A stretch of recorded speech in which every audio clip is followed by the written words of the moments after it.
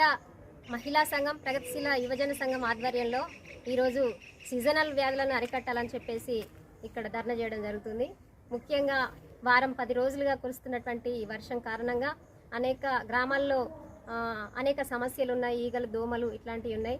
కనుక ప్రజలు కూడా మలేరియా, డెంగ్యూ, ఇంకా విష జ్వరాలతో బాధపడుతున్నారు.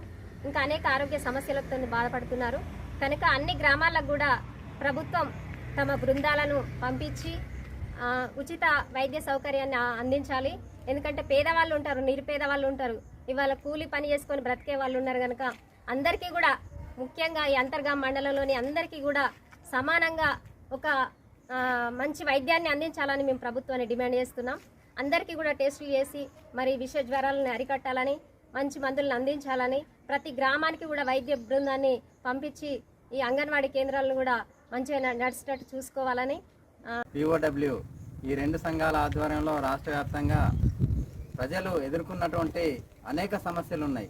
ఈ సీజనల్ వ్యాధులు అయితేనేమి, శుభ్రత లేక పల్లెలన్నీ మొత్తం జ్వరాలతో కుంటుపడిపోతున్న సమయంలో దీన్ని వెనువెంటనే ఈ ప్రభుత్వ అధికారులు కళ్ళు మూసుకొని రాజకీయం చేస్తూ పబ్బం గడుపుతున్నటువంటి ఈ విషపు రోజులకు తగ్గట్లుగా వెంటనే తగు చర్యలు తీసుకొని ప్రజల చేత ఎన్నిక కాబడినటువంటి రాజకీయ నాయకులు ప్రజల ఆరోగ్య సమస్యలపైన దృష్టి పెట్టి వెంటనే గ్రామానికి ఆరోగ్య కేంద్రాలని, ఆరోగ్య బృందాలని పంపించి వాళ్ళ యొక్క స్థితిగతులపైన దృష్టి పెట్టి వెంటనే తగు చర్యలు తీసుకొని ఈ సీజనల్ వ్యాధులు రాకుండా చూడాలని చెప్పి PYLగా డిమాండ్ చేస్తున్నాం.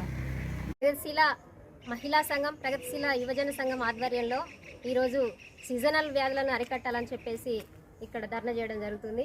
ముఖ్యంగా వారం 10 రోజులుగా కురుస్తున్నటువంటి ఈ వర్షం కారణంగా అనేక గ్రామాల్లో అనేక సమస్యలు ఉన్నాయి. ఈగలు, దోమలు ఇట్లాంటివి ఉన్నాయి.